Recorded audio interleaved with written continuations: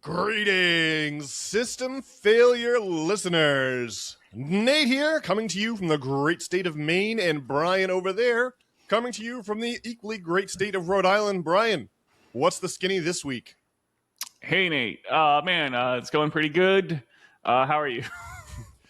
Things are good. Today, of course, is August the 2nd as we record, and whenever the calendar turns from July to August, I always remember the existential dread that would make me feel when we were kids.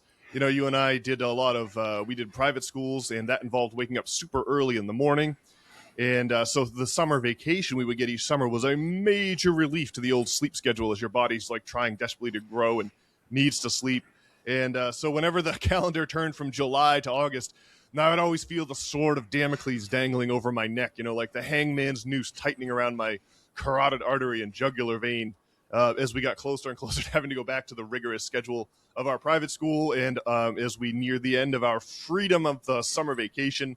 So every time, you know, now that we're adults and we work all year round, there's not really a summer vacation. So the sense of existential dread is not the same, but I still think back humorously and amusedly at our state when we were kids, and you realized your time was running out to enjoy the summer.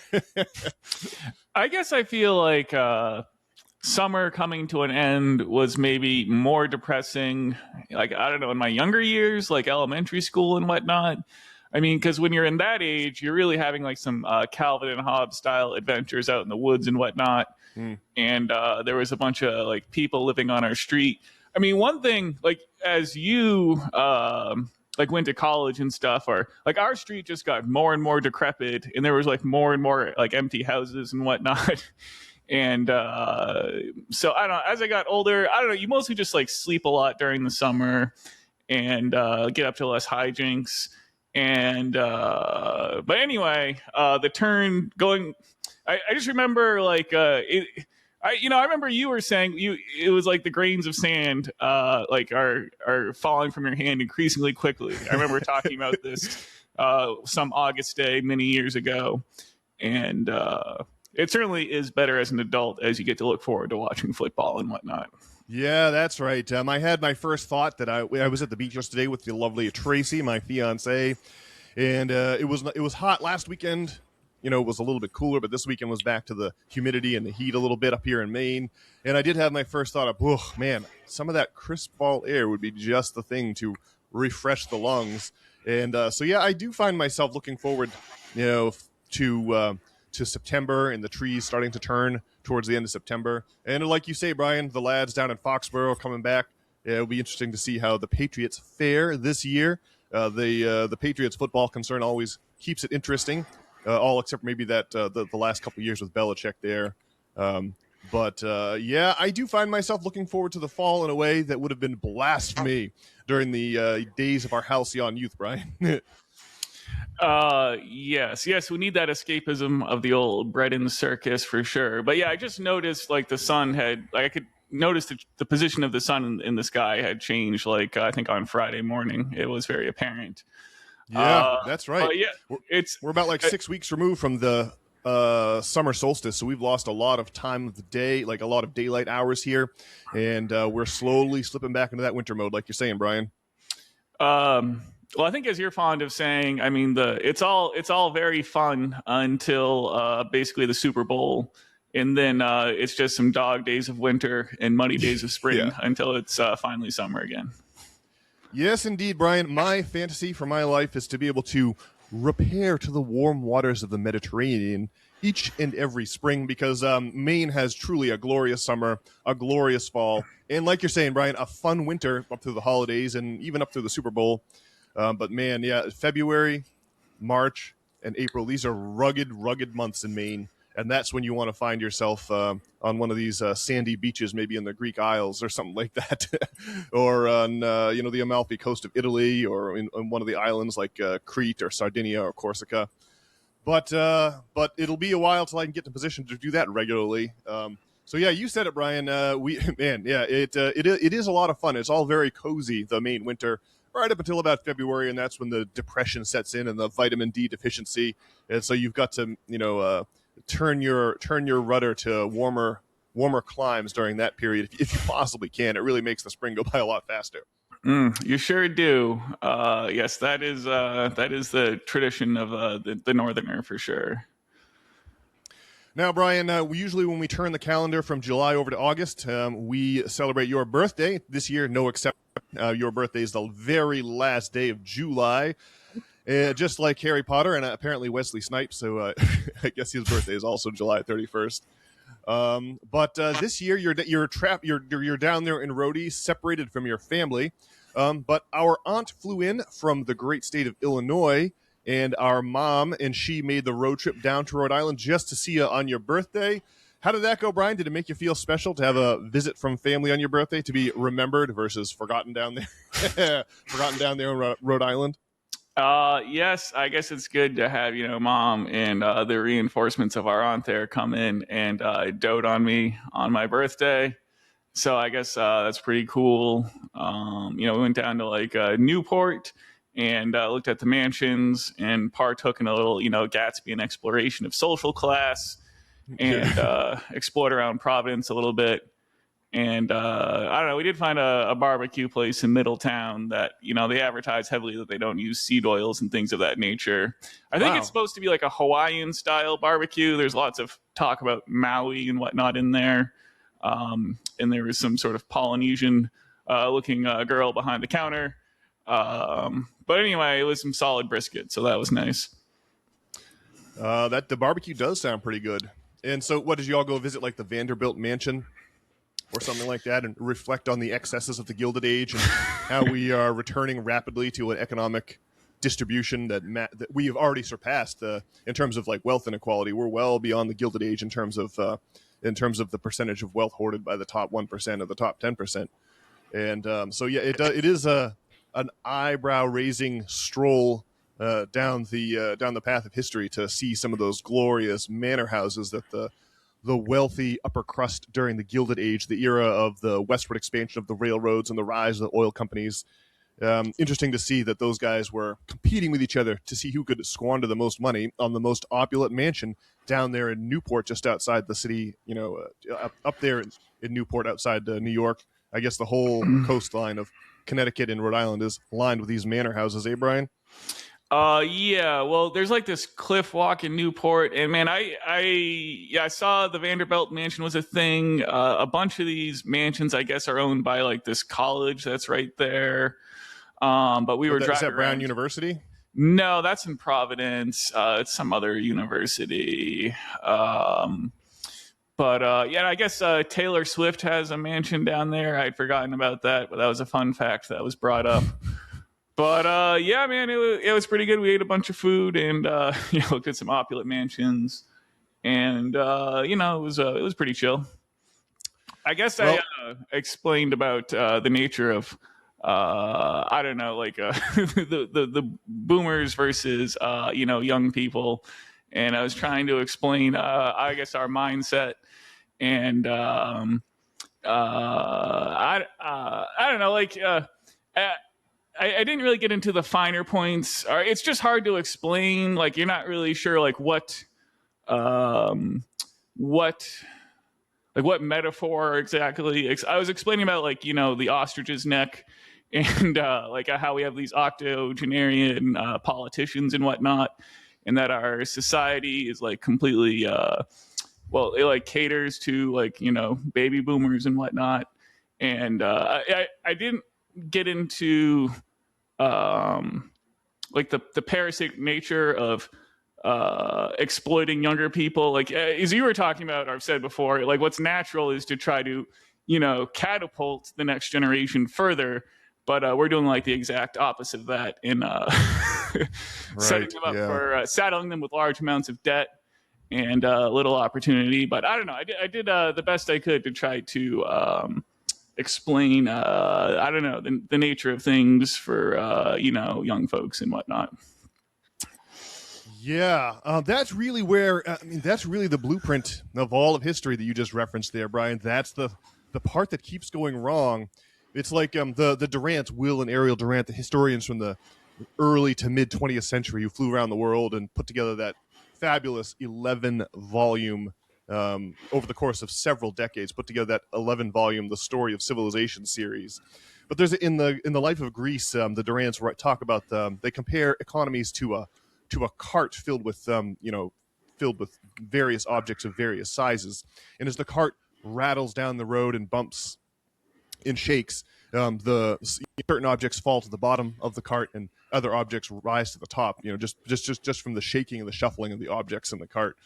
And the metaphor here is that what happens is that certain more capable people rise to the top, which is desirable. That's what you want. But then they go too far when the most capable people rise to the top of the economy. They start cheating, in ways. It becomes less about capability and more about inheritance or entrenched intergenerational dynasties of wealth. And eventually, the rich, the heirs of the rich turn out to not be worthy, and you just get a situation where where the system rewards people for already being rich. In short, what happens is the rich get rich, and then they get greedy. And when they get greedy, they suck up all the wealth of society for themselves and threaten the continuity of society itself. It's the story of the fall of Rome. It's like when the rich get too greedy and take too much, they abscond with too much of the working class's wealth. Then you end up with a situation that threatens your entire society. And so the great theme of history is the myopic way that the wealthy extract from the rest of us. Right? It's like Plato's old supposition that addiction to greed is the most dangerous addiction there is, right? It's another way of saying the same thing. Like people, if you get addicted to wine or food, that's all well and good. Your stomach can only hold so much wine and so much food. You get a catastrophic hangover, right? You may get hungry or thirsty again later, but it's not like greed where there's no hangover period, there's no cool down period. It's just a tight spiral of addiction all the way to the top. And anyway, both the exposition about the Gilded Age and you trying to talk about the different experiences generations have had made me think about that. So that's interesting. It sounds like you were a delightful hang on your birthday, Brian. Yeah. Well, just coming up in the 90s, it was just crazy. And then I don't know if Gen Zers and I guess Zoomers are the generation after Gen Z, right? I think Zoomers and Gen Z are one and the same thing. And it's the Gen Alpha, the Alpha people, the Alpha kids are the ones coming up after Gen Z, and they're now pushing into their mid-20s, the Gen Alpha people. Well, there was just a crazy amount of idealism in the 90s, right? After the Berlin Wall came down, and I'm fond of talking about on the Pink Floyd in the 90s. They're on tour playing a song with Stephen Hawking, talking about the glorious power of communication. And then, after 9/11, it became increasingly clear what was in store. And then you got your financial crisis in 2012, and then the COVID in 2020, and the COVID was my first time seeing a grocery store shortages, and I'd have to imagine that we're really in for it this winter with high gas prices and probably the return of grocery store shortages. So we have that to look forward to. And I was just trying to explain how, this is they're running out of opportunity to leverage political capital from baby boomers into these wars in Iran and whatnot. This is the last chance to, solidify Israel's standing in the Middle East based on baby boomer political capital, right? Does that make sense? Yes. Yeah. Well, obviously the polls about favorability polls with respect to Israel have all but collapsed across the American public, and the effect is most greatly pronounced the younger you are. It's really only the boomers, to your point, Brian, who still support American foreign aid going to Israel. Everyone under 40 or 50, it seems, has seen some of the horrific images coming out of Gaza, and it's turned our stomachs and turned us off to supporting the regime in Israel. So yeah, it does make sense what you're saying. Yeah, and I'm not trying. I think a lot of baby boomers are probably like on the same page that we are, but also I think that like baby boomers are. Well, I mean, the people watching like Fox News and CNN are getting their news from those places. Are baby boomers and younger people, get it from the internet. That's right. And well, we just like lack political representation for young people, and yeah, this war in Iran, man. I mean, it is like the final linchpin. I mean, you probably like heard some of the recordings of like Lindsey Graham talking about, this is like has been his fantasy for decades, which is just absolutely crazy. Yeah. Man, you said about 9 interesting things there, Brian. And that was a great pivot into the latest news coming out of Iran. But before we pivot, I just wanted it's the song is "Keep Talking," right? That's the one that Stephen Hawking was on in Pink Floyd's 1994 album, "The Division Bell." Have I got that right? Is it Keep Talking? And did they bring Hawking into the studio, or like because he has that computer voice, right? Because he was Parkinson's was so advanced that he couldn't. Was it Parkinson's or what was it that Stephen Hawking was afflicted with?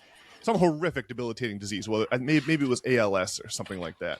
But he couldn't speak anymore, so he had that computer voice. And so, like, did he just like send the program over to the Pink Floyd recording studios? This is some pretty deep dive into Pink Floyd 84, right, Brian? Or did they actually bring in Stephen Hawking fresh from Epstein Island to do a little recording in the old studio? Yeah, I do see he had ALS. I'm not aware of the particulars of how they got his voice on the song there. Well, anyway, it is funny that Stephen Hawking turned out to be one of these, Epstein Island, one of these people who took part in the debauchery down there in the U.S. Virgin Islands. So that's pretty wild. I mean, the man was like a god. He'd written that book, The Universe in a Nutshell. He was considered one of the, if not the top, then a very prominent astrophysicist. And man, the dude was down there, wheelchair and all, at Epstein Island with a couple of super young broads, with the hurricane glass with the pina colada in it, with the wedge of pineapple and the umbrella and the straw. Unreal, man. I just cannot believe. That is just so bizarre. But yeah, I guess Epstein had all the astrophysicists down for a nice conference about gravity, which really makes you wonder about the fabric of reality itself. A subject much ballyhooed on the System Failure podcast. But what do you say, Brian? Should we check in on the war in Iran, since you pivoted there so eruditely just a few moments ago? Sure. I mean, I guess the headlines this weekend really could be the headlines of any, like, it's the exact same headline again that we've been reading for months now. I guess the latest and greatest on the Wall Street Journal is that the Gulf states pressed Trump to hold off on Iran strikes and pursue talks. The sub-headline on the top story on WSJ this Sunday morning is that Tehran signaled openness to a new plan to open the Straits of Hormuz, mediators said. How many times, like the Donald, so what happened this week is the Iranians kind of went on the offensive, and they launched strikes on Kuwait, a U.S. ally. And that led the Donald to promise, massive retaliation, a lot of Trumpian bluster, and shocking. I got to think absolutely no one at this point. Trump has done his taco, the Trump always chickens out thing, and we've gone and canceled those retaliatory strikes. It seems to me, Brian, I hope it seems to everyone, that this man, meaning Trump, has no idea what he's doing. This just feels like bluster and confusion. The man has gone and opened up a can of worms, and he is not going to be able to get that pony back in the barn, if you'll pardon the mixed metaphors. Absolutely wild. It is really amusing to me how this headline that the Donald's going to hold off on a major attacks on Iran because he can't.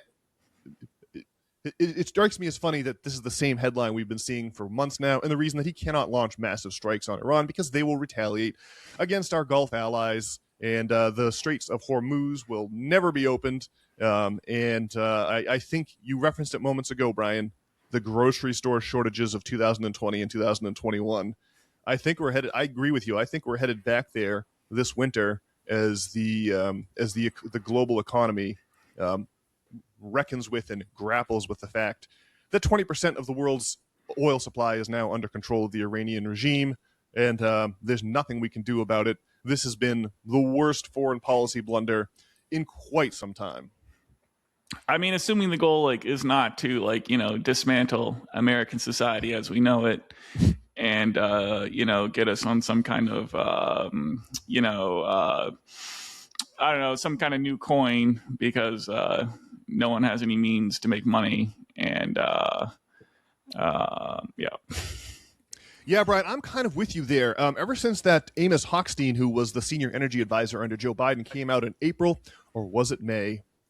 He told truthout.org that the Biden administration was preparing for a conflict with Iran. And the Donald having campaigned on no new wars, it just seems like there is some kind of a command structure over and above the nominal U.S. government. It's because it's so stupid, right? It makes me think like you. Did they decide to pull the plug? Have the people who actually run our society from the shadows, have they determined that it's time to pull the plug on the old capitalist system of production and distribution? Are they aware that the old Marxian prophecy of a countdown clock to doom is built right into the logic of the system? And are they seeing that now, that it can't be forestalled any longer as the public support for Israel collapses and the percentage of the federal budget that goes to paying interest on treasury bonds skyrockets and consumes more and more and more of the annual federal budget? Like, are they seeing the inflection point coming, and is that why they've decided to just pull the plug on this version of the global economy? Or is it really all just stupidity all the way to the top and there is no plan? I'm not sure which one is the best explanation at this juncture, Brian. Well, I'm sure there's some conflicting interests. Well, I guess different interests that consolidate around going to war in the Middle East, basically, and none of them add up to good news. Yeah. If your plan is to get a home and have a family. It does seem like I've seen reporting that the command staff at the Pentagon, the generals or whatever, tried to explain to the Donald that we do not have a strong hand to play here. Tried to explain to the Donald that we don't possess escalation dominance with respect to the Iranian theater of operations. But it just seems like all that fell on deaf ears. Like, the institutional players, in Washington D.C. must be aware. Some of them saw this coming. I don't know why Trump didn't see it coming, or maybe he did see it coming but had no choice. Maybe he's all over those Epstein files, and so he has to do whatever his shadowy masters say, whatever the deep state, the continuous state tells them to do. Maybe it's that. I don't know. It's a hell of a thing to sit and speculate about. But the stupidity, man, it's just so hard to how do you reckon with the stupidity of this latest unfortunate imperial war in the Middle East? Well, craven cash grabs for short-term benefit are certainly the American way. Well, Brian, what say we switch topics here? I was listening to the JRE over yesterday. They had Annie Jacobson on, who wrote the book last year about the realistic possibilities for thermonuclear exchange, and this year she's out with another book about the realities of biological warfare. It seems all too salient in the wake of the COVID pandemic. But the thing that captured my interest the most was they brought up this business. You've heard of this alpha-gal syndrome, I assume, Brian, where you get bit by a tick, and the tick introduces some kind of a sugar to your body that's found in the bodies of other mammals but not humans. And then your body initiates an immune response against those sugars, rendering those suffering from infection with a allergy to red meat. You've heard about this one, I assume? Yes, and I guess this is a separate matter than Lyme disease, right? Yeah. Lyme disease is a separate matter.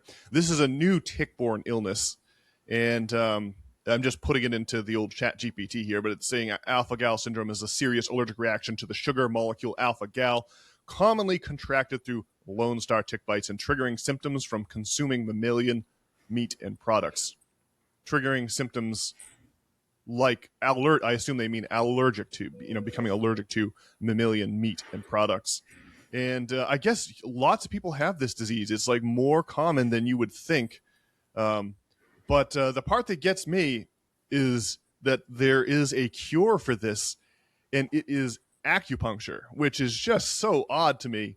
Um, just reading a little bit about this particular acupuncture treatment, it's acupuncture for alpha-gal syndrome primarily utilizes the Soliman auricular allergy treatment, or SAAT, which involves inserting a tiny hair-thin needle into a specific point on the outer ear, leaving it taped in place for 3 to 4 weeks, aiming to retrain the immune response. And apparently, this method is published studies report that a 96% symptom remission rate with SAAT therapy. 96% symptom remission rate, dude, from acupuncture on this bizarre disease that makes you allergic to red meat. Man, so I went and got acupuncture a couple of times. Well, I went twice to the same acupuncturist, and it just felt like a scam. The first time I went, I was willing to give it a try. I had some neck pain. I was trying to search for any and all. I was trying to be open-minded, try to search for any and all possible remedies to my condition. So I went. That's what led me to the acupuncturist. And the first time there, he put a bunch of needles in me, and that seemed okay. I don't know if it really did anything. So I went back for a second visit. And at that point, the man started acting really bizarre. He kept on repeating, I'm going to cure this. I'm going to cure this. Like he was excited, like he couldn't believe it. And then he tried to sell me a bottle of vitamins. He wanted me to take like 6 or 7 of these a day. And I think that there was only like 60 pills in the bottle. So you would run, it would be like, and it was like $60 or $70 for the bottle. So it would be like 1.5 bottles per month. And I was like, yeah, I can't have $100 a month subscription to vitamins. And the acupuncture treatment I got didn't really seem to do anything. So I didn't go back after visit 2. But man, I just can't believe, just based on my experience with acupuncture, I just can't believe that this SAAT therapy, where you put a little spike in someone's ear for 3 or 4 weeks, actually cures this alpha-gal syndrome. I am agog. That is just amazing to me. But Brian, I know you tried some acupuncture. Like, what was your experience? Was it any better than mine? I mean, did you have an experience that is copacetic with this this SAAT therapy? Let's see. I guess I thought the acupuncture was pretty good. This lady, I don't know, she would kind of set you up with some needles. A lot of them you wouldn't really notice. And then, I don't know, she would hit one and it felt like a bubble popping, is the only real way I could describe it. And that was like a glorious moment of release. Wow. But I don't. Go ahead. Sorry. I just don't think we have a great understanding in Western medicine of like the energy systems in your body. But I mean, I guess, we just think of our kidneys as like filtration, I guess, or I don't know, making of urine, basically. And in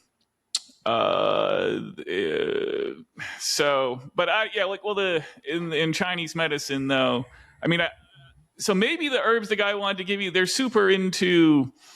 Also, there's like complicated books about I'm not the best to speak on it, but like there's like foods that are like hot and cold, I think is how they describe them. And you're supposed to like eat certain ones going into the winter and others going into the summer and whatnot. When you say hot and cold, this is not referring to the actual. It's not like your cold spaghetti from the night before it counts as cold, right? It's like the ingredients are what makes it cold or hot. Like you're not talking about literal temperature. Have I got that right? Correct. But man, I can't remember all. I think that like spicy things do tend to be hot. But it's not really about whether the food itself is hot or cold. But yeah, things will have like a cooling effect on your body and a warming effect. And my biggest takeaway is, I mean, I think we played that clip from Jim Carrey talking about the glories of semen retention. Oh yeah, I remember you were playing that when I was at the Hotel Moskva in downtown Belgrade. Belgrade's old city, that I forgot about that. That was crazy. Yeah, and so I don't know, like semen, man, it is like your life energy, and so if you if you're busting nuts all the time, you leave yourself as like a withered husk basically, And so, I mean, that is like one way to like raise your energy levels, I guess. And I mean, it makes sense, I think. But I'm not super qualified to speak on the complicated nature of Chinese medicine. But all in all, though, I guess I'm not surprised that there could be a treatment like this that works. Well, I guess I am shocked and surprised, and maybe we just had different experiences with acupuncture that primed us for different reactions. But it seems clear. I think you said it, 4 or 5 sentences ago, Brian. It seems clear to me that we are lacking. Our understanding of the human body is frighteningly incomplete, I would say, just based on this treatment here. It's just so. My understanding of the human body leaves no room for like a pin going in your ear to cure you of this alpha-gal syndrome. So clearly my model of how the human body works is like sadly deficient. And I think the same is true if you got them, in a private room of our the people who run our public health establishment. I think that they would have to admit, if you get them to be honest, that there is a lot of uncertainty, and that certainty is incongruous with the declarations that come out of our institutions of public health. And that, of course, brings me to the testimony of a certain Anthony Fauci in a Senate committee hearing this week on Wednesday. Brian, you must have seen some of the clips from that Senate committee hearing because they've been all over the media this week with Dr. Fauci pleading the fifth to, I guess, hundreds of questions, including the color of his tie and the color of the carpet before him. You would have to say, on respective counsel, on advice of counsel, I respectfully, decline to answer the sentiment. He had the same mantra about taking the fifth for each and every question. I don't know, man. That's got to be tough for folks who lionized Fauci or considered him to be a legitimate authority, or who were generally taking the side of the public health establishments. I don't know, man. That is a tough look for Dr. Fauci, having to get up there and take the fifth, despite having received a blanket pardon from the outgoing Joe Biden in his auto pen. It's like, I don't know, man. That's got to be a tough one for the folks who were supporters of Dr. Fauci during the darkest days of the COVID pandemic. Going up there and taking the fifth. I mean, it suggests that he's worried about something. He's worried about saying something that could incriminate him, even with that pardon in place. I mean, the man just looks horribly guilty, because taking the fifth, it does kind of make you seem guilty. Maybe it shouldn't, but it has bad optics. I guess that's what I'm trying to say here, Brian. Terrible optics for the infamous Dr. Anthony Fauci this week. What did you think of the hearing? Well, I think for like believers in Dr. Fauci and like our medical establishment, it seems to be pretty easy to frame it all as a witch hunt, like a Trumpian-led like witch hunt, I guess. That's what they were doing on Reddit. Or there was really surprisingly little coverage of this business on Reddit. But I saw like one thread was about like, I don't know, why are they going after Dr. Fauci when they should be going after Trump for being in the Epstein files, and basically deflecting away from what actually happened. But one idea I heard expressed is that they should. I guess he's already been pardoned, but they should give him full immunity, and he should just talk about what happened, so that we can avoid this kind of thing in the future, rather than trying to crucify Dr. Fauci for his misdeeds. Yeah, that's a great thought. Would make sense. Yeah. Yeah, I really like that, Brian. I hadn't thought that way, but I think I'll steal that opinion, because that's a good one. I was frustrated by the COVID regime myself, and so there's a part of me that wants to see Dr. Fauci strung up in the public square. But I think you're right. We'd ought to try to heal and just learn from this mistake, rather than finding scapegoats to pin our frustrations on. It does seem like maybe that really would be the best way out of this, to give Fauci the full immunity, and then be like, all right, so, but your private, like the backstory to the Senate committee hearing is that Dr. Fauci had typed up his journal on NIH servers and left it there. And so his private diaries fell into the hands of his nemesis, a certain Senator Rand Paul from Texas. And so that's why we get this line of sight into Fauci's private thoughts during the pandemic. And it's real obvious that three things were obvious. One, that this man understood that the pandemic, that the pathogen had leaked from the lab of the institute for whatever the Wuhan Institute for Virology, that's the word I'm looking for.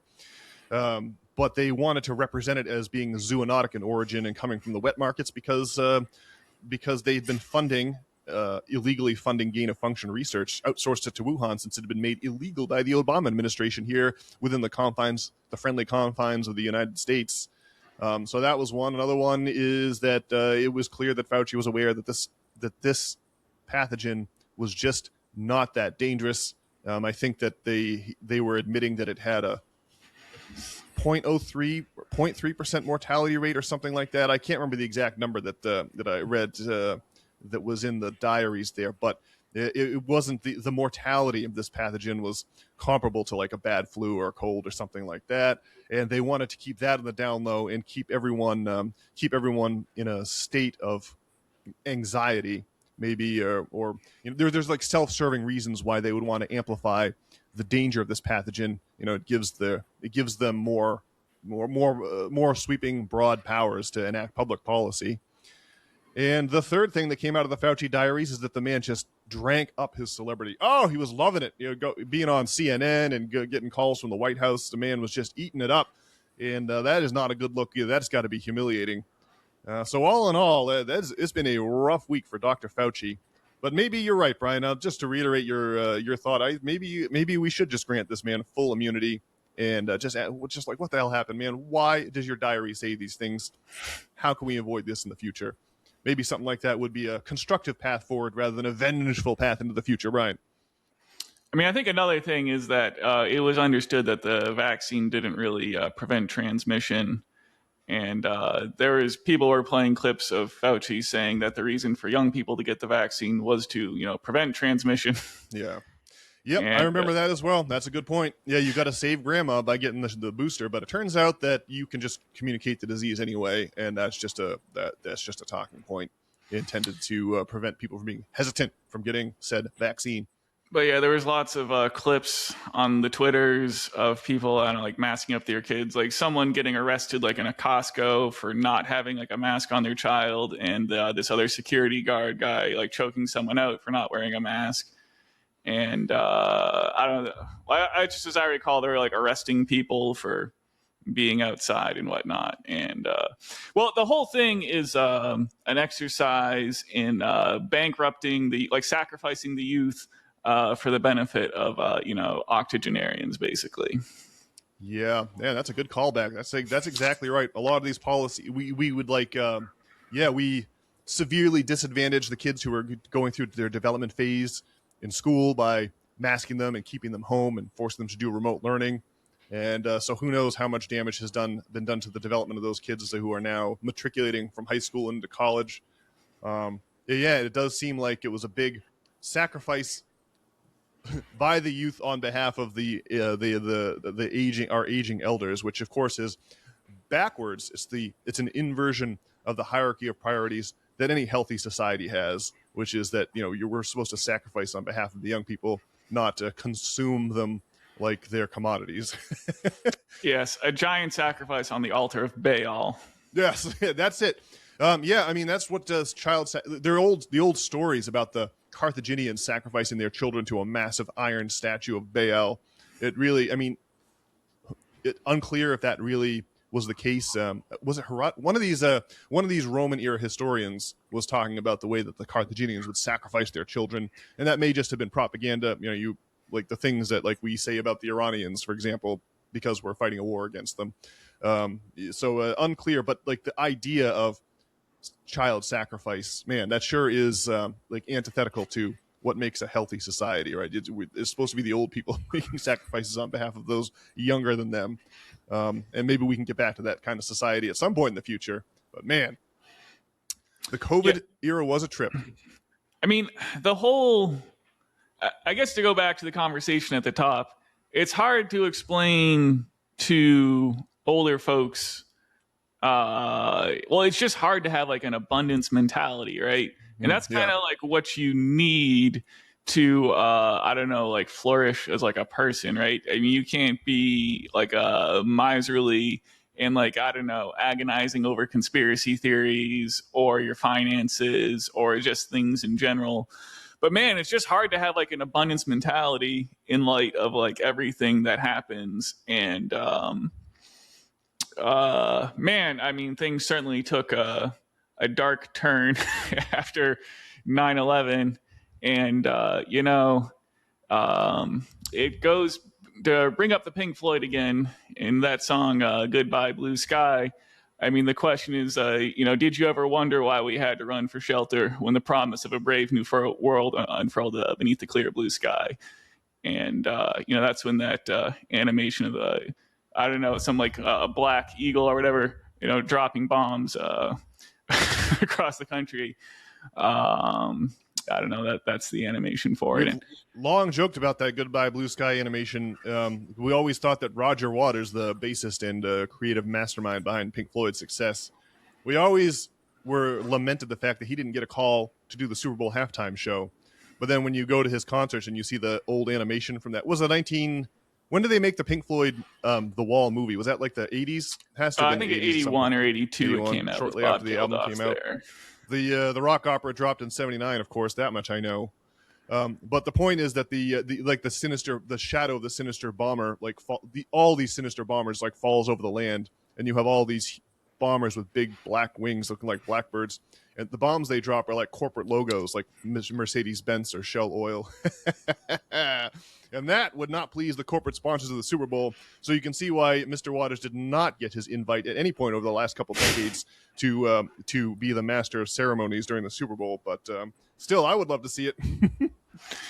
Yeah, I mean, we just really had the promise of a brave new world, and now we're dealing with, grocery store shortages are sure to come down the line. And I don't know, man, we gotta reclaim the promise of a brave new world.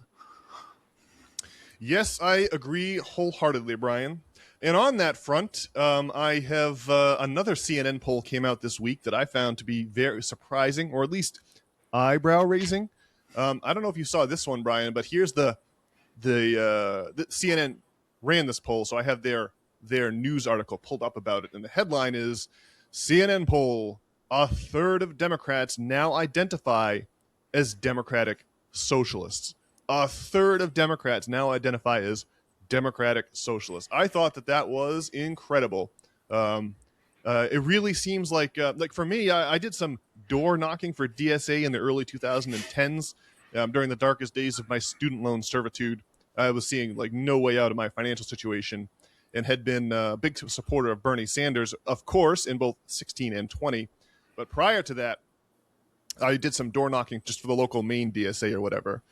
And it's interesting to me to see how that movement has matured over the past decade. It was pretty paltry and pretty inconsequential, let's say. It was paltry and inconsequential at the time that I was dabbling in the DSA. But in 2020, when Bernie Sanders won the Nevada primary, I was excited because I was like, okay, they sandbagged Bernard Sanders in 2016, but now we're back, baby. Communism is rising in the desert, only to have Mr. Sanders sandbagged by the South Carolina primary and the corrupt endorsement of a certain Jim Clyburn, who is one of the major muckety-mucks in South Carolina politics, came out and endorsed Joe Biden at the same time that Amy Klobuchar and Pete Buttigieg and Tom Steyer dropped out on the eve of Super Tuesday. But of course, Elizabeth Warren stayed in the race, thereby splitting the progressive sort of DSA-ish vote and rocketing Joe Biden to victory in the 2020 primaries. And that was another moment of disillusion for yours truly.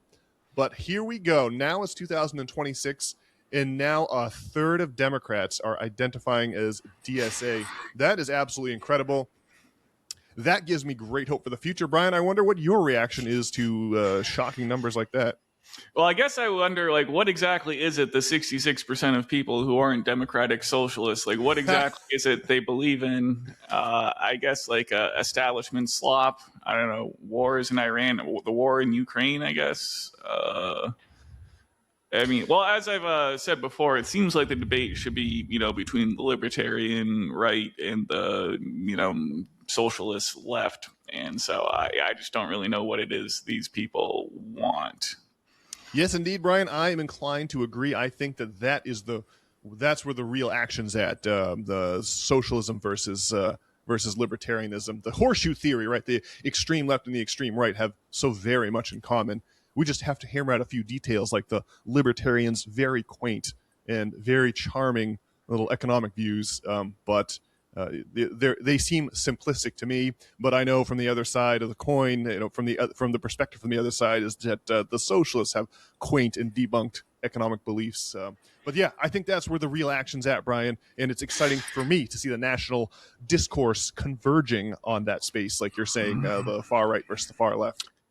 And just to double down on that a bit, but I mean, I guess, like, well, what did Clinton stand for? Like, I don't know, destroying unions and outsourcing production to China. And then Obama stood for, I guess, not ending the wars in the Middle East and extremely expensive healthcare. Although I guess it's good insurance can't be denied for pre-existing conditions. So the solution is for everyone just to have extremely expensive healthcare that's just unaffordable now. Yeah. It does seem like we have, like, our society, American society, is lousy with socialism for the rich, and we got all kinds of bank bailouts and tax cuts for the wealthy.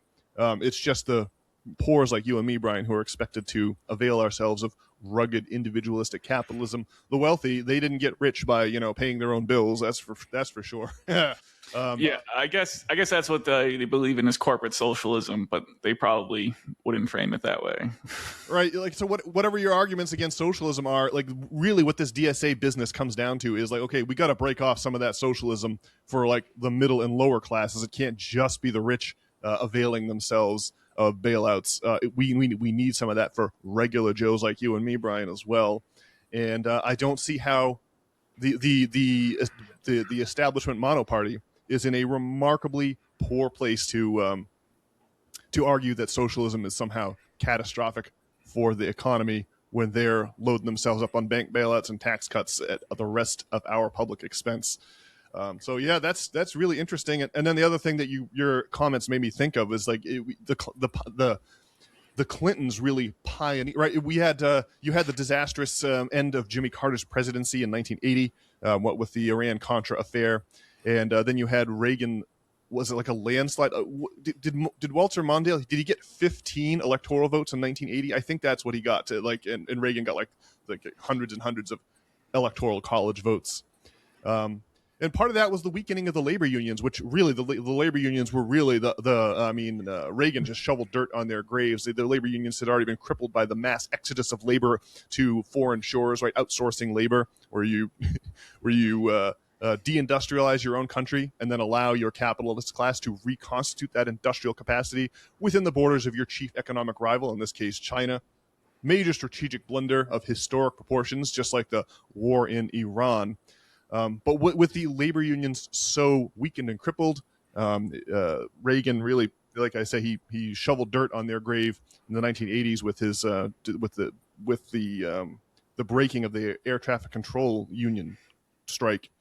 And then in the 90s, after the Reaganism of the 1980s and the 90s, the Clintons came along and they pioneered not having their campaigns funded by the labor unions like what was normal in the 40s, 50s, and 60s and 70s, and they switched to having their party funded by corporate donors, just like the Republicans. This was the Clintons' big contribution to American politics.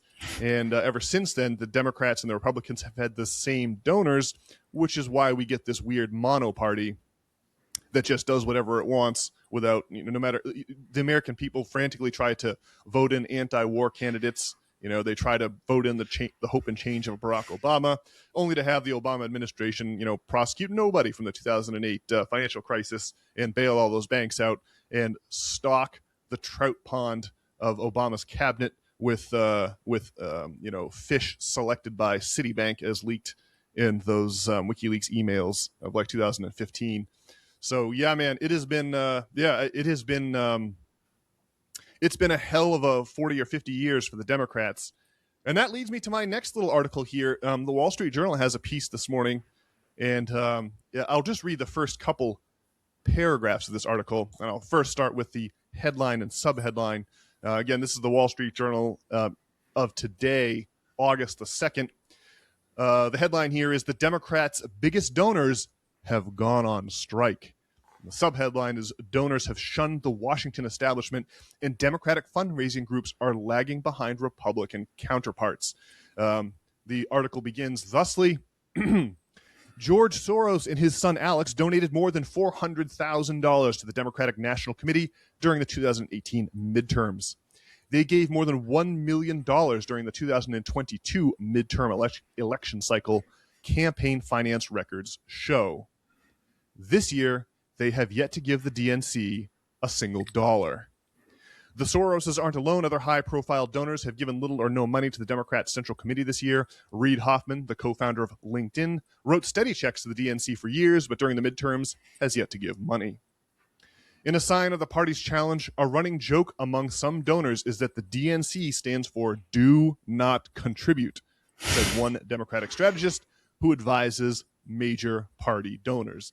Well, Brian, man, I feel like this piece here and the 1/3 of Democrats now identifying as DSA, these have got to be related, right? It's like the donors of the party, the wealthy elite who've been donating to the Democratic Party since the Clintons pioneered the practice of having the Democratic Party funded by corporate donors. Now seems like it's drying up if this Wall Street Journal article is to be believed. That's a great sign for the future. What do you think, Brian? Yeah. I mean, I'm sure that the Republican Party's like also in shambles, although I'm sure they can find donations from, I don't know, crazily rich people to continue, sacrificing the youth, basically. Yeah, I mean, obviously, it'd be nice if the Democratic Party stood up for people in some way. It's all we got. It's a two-party system, so I would like the Democratic Party to be rebuilt from the ground up. So it seems promising. Hell yeah, keep those corporate donors out. I think that's wicked exciting. Okay, so Brian, we have only a few minutes left in the podcast, and I did want to make sure we got to the last segment I had to talk about today, and that is a little tribute to you, my friend. My little birthday present to you is to talk about all the ways in which you have influenced my intellectual journey. And so you can react to these, but I'll just go through them here. Like, I really have come on a long intellectual, from the new atheism of the mid-2000s to really discovering like Jungian psychology and flying out to like Prague Castle or the Medici Palace in Florence, Palazzo Pitti, or to the ruins of the Temple of Demeter at Eleusis, just 14 miles outside of Athens. I have been on one hell of an intellectual voyage. That's the thing. The reason for founding system failure, from my perspective, is because I wanted to share some of that intellectual voyage with other people. And Brian, you have been a big part of that intellectual voyage. I just wrote down a few bullet points here to compliment you on the many ways you've impacted my journey through life here. And one of the first ones is I remember I discovered podcasts around 2006, 2007, somewhere in there. And I was on exclusively NPR podcasts. Back in the day, I was an NPR devotee before their unpardonable descents into supporting the Iraq War and to promoting the Russiagate scandal of 2016. But I remember even before I moved back from Florida to Maine, I remember talking to you about a podcast called The Joe Rogan Experience, which I had never heard of before. And you were talking excitedly about Mr. Graham Hancock and his case that human civilization is far older than the archaeological establishment is wont to admit. And so I wonder if you remember this, Brian, getting me into the Joe Rogan Experience back in when no one was on the JRE. You were early on that. The JRE has since become the biggest podcast in the world, but at the time it was very niche, and you were on it early, and so that got me on it early Do you remember that, Brian, getting me on the old Joe Rogan experience? Well, my first recollection of talking about Graham Hancock, I think you had come to visit or something. That's right. And I was trying to get you to listen to Graham Hancock on Coast to Coast. And I think you initially decried it as claptrap, but it came around at some point. Well, it seemed like madness to suggest that there were human civilizations far older than the Sumerian civilization that my middle school history textbook assured us was the first human civilization on Earth. So at that time, I didn't think that that institutions could be so mistaken. But boy, howdy, has that lesson come home to roost a dozen times over in the past 15 years. Yeah, man, it was definitely you that got me into both Graham Hancock and the JRE. And for that, I thank you. The early days of the Joe Rogan were really the best when you'd have these explorations with like Graham Hancock and Duncan Trussell back in the day. Yeah. I mean, he sure has a lot of like billionaire like AI people on now, which are usually pretty boring. And I don't really listen to most Joe Rogan episodes anymore. But those were certainly the halcyon days of the Joe Rogan pod for sure. Yeah, buddy, those were some heady days. You said it. Okay, so another major way your billiard ball has clacked into mine and greatly altered the trajectory, my trajectory, is Pink Floyd, which, I knew about Comfortably Numb, and I heard some of their songs on the radio, of course. We have the classic rock station up here in Maine, 102.9 WBLM, and back before podcasts and iPods, obviously you would hear that song on the radio with some regularity. And there's a few other Pink Floyd numbers that are pretty famous, of course, too, you'd hear on WBLM. But I never really double-clicked on Pink Floyd. It seemed moody and dark. And during the days of my high school career and early college, I was much more into like the angsty energy of like Blink-182 and Sum 41 and whatnot. That's what I was looking for at the time.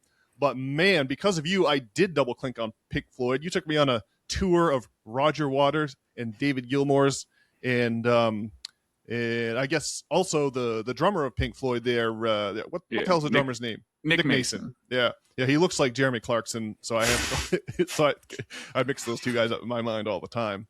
But yeah, going to those Pink Floyd concerts was off the chain. There was one time you and I sat in the third row for one of these Roger concerts down in Boston. But I've gone to see concerts with you in New York, Boston, Tampa, Minneapolis, St. Paul. I mean, we have your Pink Floyd resume is far superior to mine, but I still have quite a few Pink Floyd concerts under my belt, and all of them you've been there for, and it turned out to be like great music, like some of the most consummate works of art to be found in the 20th century is these crazy albums. And of course the rock opera The Wall, which we already referenced, was a major influence on me. I remember listening to those albums back before I moved home from Florida in 2008, 2009, when we would meet up at various places around the country to go to these concerts. So that was pretty awesome. That's been a big thing that I never would have gotten into if it weren't for you, Brian. Yeah. Well, I think certainly the turning point is when we went and saw Roger at the Ford Amphitheater, as it was called at the time, in Tampa. And though the sound was a little crazy because we were maybe not in the middle, and there was some speaker that would blast out the sound effects to like Money and whatnot, like right over our heads. And there was that crazily drunk guy doing a drum solo on the chairs at the time. I forgot about that guy. That's hilarious. That dude was hammered, but he must have been having a great time, though. He sure looked it. Yeah. And but Roger had that Leaving Beirut song, talking about the woes of the might of the Christian right, and how he didn't like George Bush, which I think rang pretty true to you. Yeah. Yes, we saw the what's left of the Pink Floyd many more times. I was talking about Another Brick in the Wall to Mom and my aunt there. Well, there's just also in the animation from the 79 movie there, or 81. There's just that bit where the teacher is putting some kind of like slop into a grinder, and it's going into all the children's mouths. And so, I mean, it's more than just like education at this point. It's like the slop that gets crammed down all our throats by all the media sources basically these days, except for, some exceptions, like maybe like our own podcast, hopefully is not slop to our listeners' ears. But yes, it's true that we don't need no thought control. Yeah, buddy. Yeah, it's really indoctrination versus education, and it seems like indoctrination is what we get when we should be getting education. But yeah, that seemed like a shocking message to me that we don't need no education back in like middle school. I remember hearing that song. It's another Brick in the Wall Part 2, if I'm right. That's the one that has we don't need. Yeah, I remember hearing that and being like, well, this is a shocking message. Education is the greatest thing ever. I really was like neutral towards so many topics. I just inherited the received wisdom of our culture. And the Leaving Beirut song you just mentioned leads me to a third bullet point, and that's the Israel thing. You were also early on Israel, and I think, and from my perspective, it appears that Roger Waters being early on Israel is what got you early on Israel, and then that got me early on Israel. I had been like neutral about Israel prior to that, and it seems shocking to me that unknown parties would pay to have a big truck with a light up billboard denouncing Roger as an anti-Semite parked out in front of his concerts, because Roger just doesn't seem like a hateful person at all. There's just no way you could come to that conclusion if you listen to what the man's actually saying. And so that was a big eye opener for me. And like I said, influenced by you, Brian. It is connected to Roger Waters and Pink Floyd. Am I right in that assumption, or did you have other influences that made you early on the Israel question? That's a good question. I don't know. How did my thoughts formulate in that way? I'm not sure, but ultimately my feeling is, if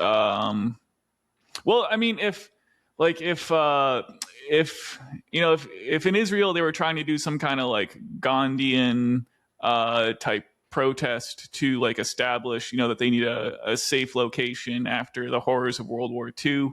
And the plan was something of that sort, rather than brutal suppression and elimination of folks in the West Bank and Gaza. Well, that would certainly be one thing. But obviously, what it's become now is a shocking regime of terror, basically, and bombs dropping on children. And so I guess I'm sure the Pink Floyd had something to do with it. So I don't know. I don't really recall exactly how all that happened, but I'm sure listening to Roger, didn't hurt. Well, that's interesting. Well, I have to give you credit again for being much earlier than me on the Israel question. And so that leads me to the fourth bullet point here, Brian, where you majorly impact my life. And that was really weed smoking. I had tried weed once or twice before moving back from Florida, but I didn't know how to properly use the drug until you really showed me how to use it, for, maybe inspiration or clarity or creative pursuits. So weed is obviously terrible for the lungs. I think it is crazily addictive despite propaganda to the contrary. But I mean, it's like alcohol. It does have its uses. Like you go to a wedding, everyone's giving the toasts, everyone's quite like it does have its time and places. And you really taught me that. Like I said, I had no idea really about weed smoking before you showed me, like in 2010, how to do it. I know you've given up the habit since then and are now on the straight and narrow. But I still have to give you credit, Brian, for introducing me to the ganj and exactly, like I say, how to properly use the drug. I just had no idea what it was prior to your influence, Brian. So thank you for that little piece. I think don't now. It wasn't like the first time you tried the weed. You had like some Bonnie Lass over. That's right. And yeah, this is exactly what I'm talking about. I met some girl at my pool, dude. There was this really cute girl at my pool back in the day. I was single, so I went up and started talking to her. I got her to agree to come hang out with me. We went and saw this movie Year One with Michael Cera and Jack Black. One of the worst films ever made, by the way. Don't bother checking that one out. But then we went back to her apartment, and she wanted to smoke weed with me, but I had never smoked before. This was in like 2009, maybe. And I remember she had this bong, and I was trying to hit it, and I didn't really know how to do it. And she was getting like really high, and eventually she was like, no more smoking for me. But I was still hitting it, trying to make it work. And I remember that she was performing like a cheerleading routine or a dance routine for my entertainment. I was sitting on her futon in her crummy apartment. These are people in their early 20s, And I remember she was doing a dance routine, and that's when the weed finally hit me. And I was like, my God, the fingers of God are massaging my brain. And from that point forward, I couldn't like behave normally. I couldn't make the proper move with her. She obviously, I was meant to like make a move. Like we'd been to the movie. It was time for me to make a move. You know, we were supposed to make out or whatever. But I was behaving so weirdly. I completely scotched any chance I had with this girl by acting like a total lunatic. And eventually she just walked me home. And that was like the last time I saw her. So my first experience with weed was an experience of deep shame and regret. It was good times anyway, but that was real. I think I tried it one other time before your influence showed me how to use this drug properly. So yeah, and that also leads me to magic mushrooms, Brian. Magic mushrooms. Now that magic mushrooms is not addictive. I do find that man, I can't even remember the last time I've done them at this point. But the magic mushrooms were really a paradigm changer for me. When you take mushrooms at a high enough dose, your mental conception of yourself vanishes, right? It eats away at your ego, and the perspective from in an egoless state. You would think that when your ego is dead, when the thing that I think of as Nate or the thing that you think of as Brian is gone, you see a totally different perspective, an ego-free perspective, and that really changed my fundamental relationship to reality itself.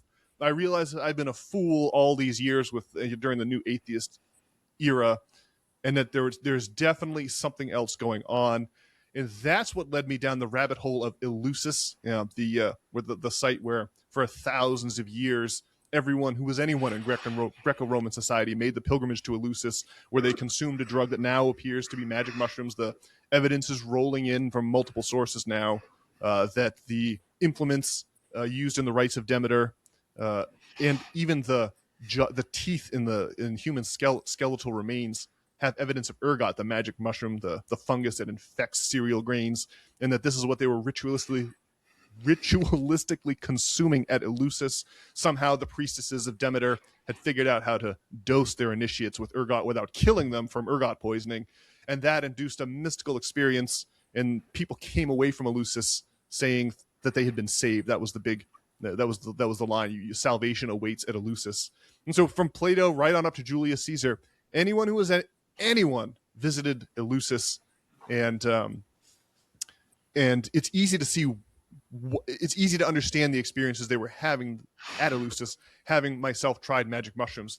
And that really made flying out to Athens and visiting Eleusis to be a magical experience. And then I had another magical experience when I went to the hedge maze that the Medici of Florence built behind their palace in Florence, the Palazzo Pitti. And the hedge maze has as the goal and as the starting point old Roman statues of Demeter. They called her Ceres, which is where we get the word cereal from, the Roman version of this goddess, Demeter/Ceres. These statues mark the beginning and the goal of the hedge maze of the Medici. And it was easy to understand why, again, having had the experience with magic mushrooms, they really have made me see Christianity in a whole new light, religion itself in a whole new light. Like the paradigm shifting power of spending an hour or two without your ego is unparalleled. And I don't know if I ever would have had the experience if it weren't for you, Brian. So once again, your influence has majorly impacted my trajectory through life in very positive ways. And that's what makes you the consummate co-host for the System Failure podcast, because so much of where my chips have landed on the on the crap board of life all have to do with you. So man, I just wanted to lay out some of those major influences you've had on me as my little way of saying happy birthday to you, dude. Well, there's certainly something about drug consumption that is beneficial towards overriding the programming of your youth and that's right, creating something new. But I would say, don't kid yourself. There's just this idea that like smoking the weed is like good for you or something that like on our trees on the Reddit there that they seem to feel. And it's a young man's game, to be sure. Yeah, with the specific respect to weed, I do feel like it's kind of like the pleonexia that Plato preached about, the addiction to greed. The problem with the weed is that's the main issue. It just has no hangover. Imagine if you could just drink, every day. You could just have as many beers as you wanted and never feel wretched the next day. It'd be a lot more addictive. That is what I'm saying. If it weren't for the hangover, and I think that's what makes the weed pernicious and why so many people have gotten stuck in habits, in a constant cycle of smoking weed, is because there just isn't much of a hangover. What hangover there is a pleasant feeling of, you're just kind of, your mind just kind of, the next day your mind's just kind of still a little cloudy and hazy, but it doesn't feel bad. Like even if I have just a couple beers, I can just feel it the next day, the pain. And weed doesn't have that. So that's one of the major reasons I think that it's pernicious, like you're saying, why there's a dark side of these things, why you have to be careful with using these tools, because, well, it's like a knife or a gun or a car, right? If you don't use these tools properly, disaster surely awaits. Well, there certainly is that. I mean, I guess I think it does have a hangover, but I mean, just everything is kind of gray, and then you need to smoke the weed again to like recapture the magic, basically. Yep. Yeah. You don't want to end up in a cyclical consumption habit. That is for sure. But I still maintain there is value to these things, just like there's value to alcohol when it comes to weddings or making irreplaceable memories with your friends. But there's also a horrible, horrible dark side that if you don't use these things properly, that you can end up, in a true state of hellish existence. All right. All right. Well, I've extolled your virtues and taken us over time here, Brian. So I think it's time for me to bid our listeners out there in podcast land to pay us a little visit over at systemfailure.org. There you can sign up to receive the weekly essays written by yours truly. And you can also get in contact with either Brian or myself and let us know what you think of our wild opinions by visiting the About page at systemfailure.org and clicking on the appropriate name. And with that, I will be back on Thursday with the weekly essay read. And Brian, you and I will both be back on Monday, inevitably, for another regularly scheduled edition of the good old System Failure podcast. Can't wait to talk to you all then. In the meantime, please have a great week. All right. See you later, folks.